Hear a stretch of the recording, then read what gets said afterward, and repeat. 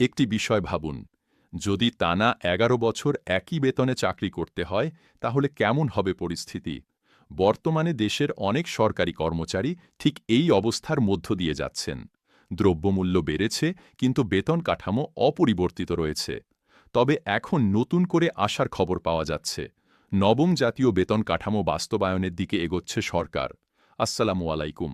আজকের ভিডিওতে আমরা জানব নবম পে স্কেলের সর্বশেষ অবস্থা, সম্ভাব্য বেতন বৃদ্ধি এবং বাস্তবায়নের সময়সীমা।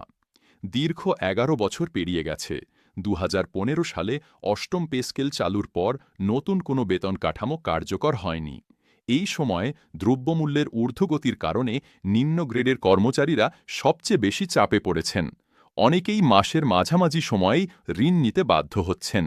অর্থ মন্ত্রণালয়ের বিভিন্ন সূত্র অনুযায়ী সবকিছু ঠিক থাকলে আগামী ১ জুলাই ২০২৬ থেকে নবম পে স্কেল বাস্তবায়নের প্রক্রিয়া শুরু হতে পারে। আসন্ন জাতীয় বাজেটকে সামনে রেখে এ বিষয়ে কাজ এগিয়ে চলছে। নবম বেতন কমিশনের প্রস্তাব অনুযায়ী সর্বনিম্ন বেতন ৮,২৫০ টাকা থেকে বাড়িয়ে প্রায় ২০,০০০ টাকা করা হতে পারে। সর্বোচ্চ বেতন ৭৮,০০০ টাকা থেকে বাড়িয়ে প্রায় ১,৬০,০০০ টাকা নির্ধারণের প্রস্তাব রয়েছে।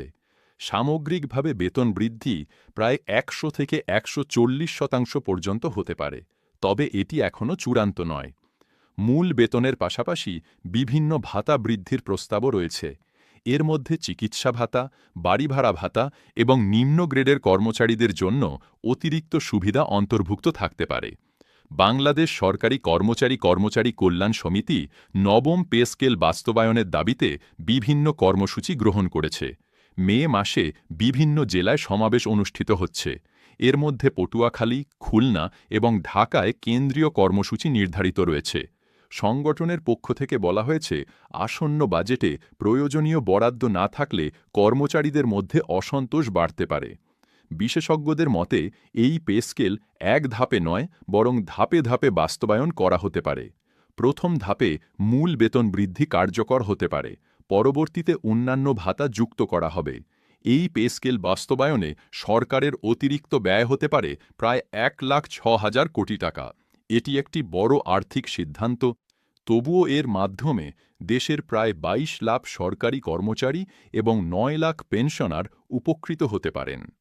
নবম পে স্কেল বাস্তবায়ন হলে তাদের জীবনমানের উন্নতি ঘটবে এবং অর্থনীতিতেও ইতিবাচক প্রভাব পড়তে পারে।